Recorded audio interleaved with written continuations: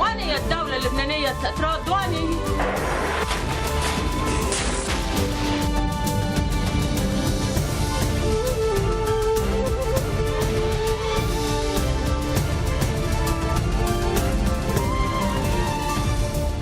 Mesdames et messieurs, bonsoir et merci de nous rejoindre sur Futur TV pour ce flash d'actualité. Un calme précaire s'installe à Saïda où l'armée a pris ce lundi soir le contrôle du QG du chef radical Ahmad El-Assir dans la banlieue de Habra. Et ce après 2 jours d'affrontements meurtriers avec les partisans de l'imam salafiste qui n'étaient pas à l'intérieur de la mosquée où s'étaient retranchés ces hommes.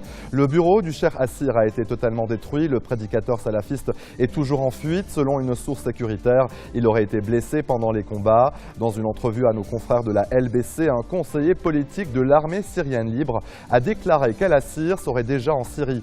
Une version rapidement démentie par le porte-parole de l'ASL, Louhaïl Mokdad, dans un entretien accordé à notre rédaction. Par ailleurs, d'autres sources indiquent que l'imam radical aurait trouvé refuge dans le camp palestinien de Ain el-Helwe, toujours à Saïda.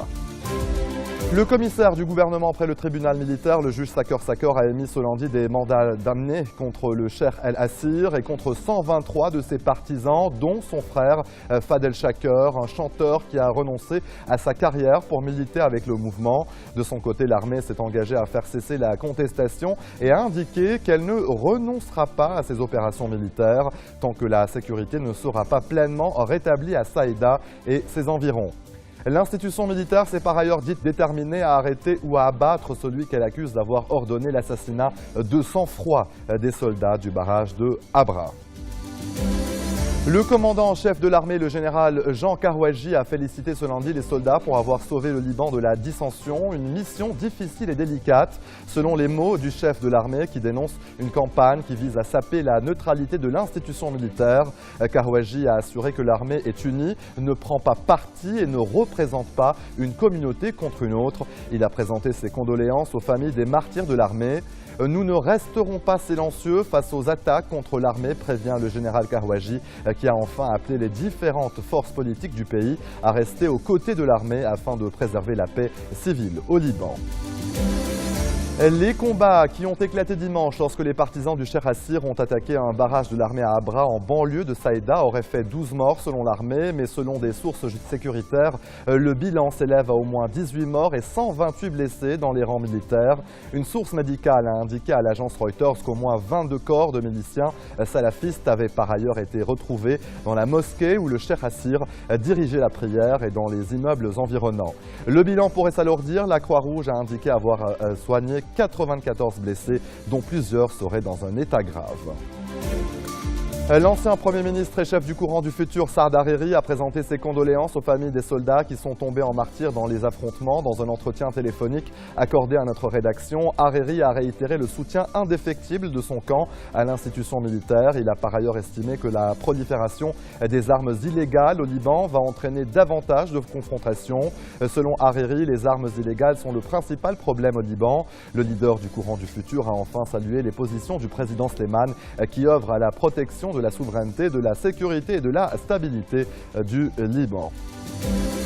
Des politiciens sunnites ont appelé ce lundi l'armée à agir de façon juste et minutieuse pour désarmer tous les groupes armés, y compris le Hezbollah. Dans un communiqué lu par le Premier ministre sortant Najib Mikati, les anciens chefs de gouvernement ont appelé les habitants des régions majoritairement sunnites à être conscients du piège qui leur est tendu, mais aussi du piège qui est tendu à l'armée et à la coexistence pacifique dans le pays. Ils ont appelé à des mesures de sécurité dans la ville de Saïda afin d'interdire complètement toute présence armée. Une telle mesure devrait s'appliquer à tous les bastions des groupes armés, quel qu'il en soit, en faisant référence notamment au Hezbollah. Le gouvernement a annoncé une journée de deuil national demain, mardi, pour les soldats tués. Le Hezbollah a diffusé un communiqué dans lequel il condamne l'attaque contre l'armée libanaise par les miliciens du cheikh Ahmad El-Assir. Le mouvement chiite affirme que l'armée et les habitants de Saïda ont subi depuis dimanche une attaque de la part des miliciens pro-Assir qui a fait des dizaines de martyrs et de blessés dans les rangs des militaires. Le Hezbollah a qualifié cette attaque de crime contre les Libanais. La sécurité et l'avenir des Libanais sont visés selon le parti d'Hassan Nasrallah qui souligne que l'armée est l'institution qui garantit la paix civile et la stabilité du Liban.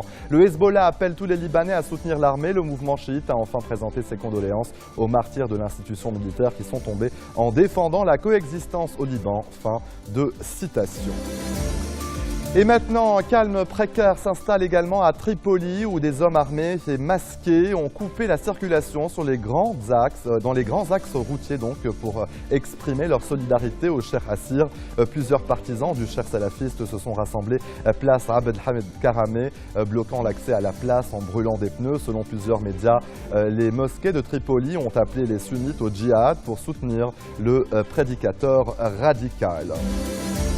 Et le secrétaire général de l'ONU, Ban Ki-moon, a demandé à tous les Libanais de respecter pleinement l'autorité de l'État et ses institutions, dont l'armée. Selon son porte-parole, Martin Essirki, Ban Ki-moon estime que le rôle des forces armées libanaises est essentiel pour protéger tous les Libanais et il condamne l'attaque contre ces soldats. Le porte-parole du secrétaire général de l'ONU a par ailleurs indiqué que la communauté internationale demeure unie dans son soutien à la souveraineté du Liban, sa sécurité et sa stabilité. Et c'est ainsi que se referme ce flash. Merci de nous avoir suivis. Excellente suite de programme sur notre antenne. وين هي الدولة اللبنانية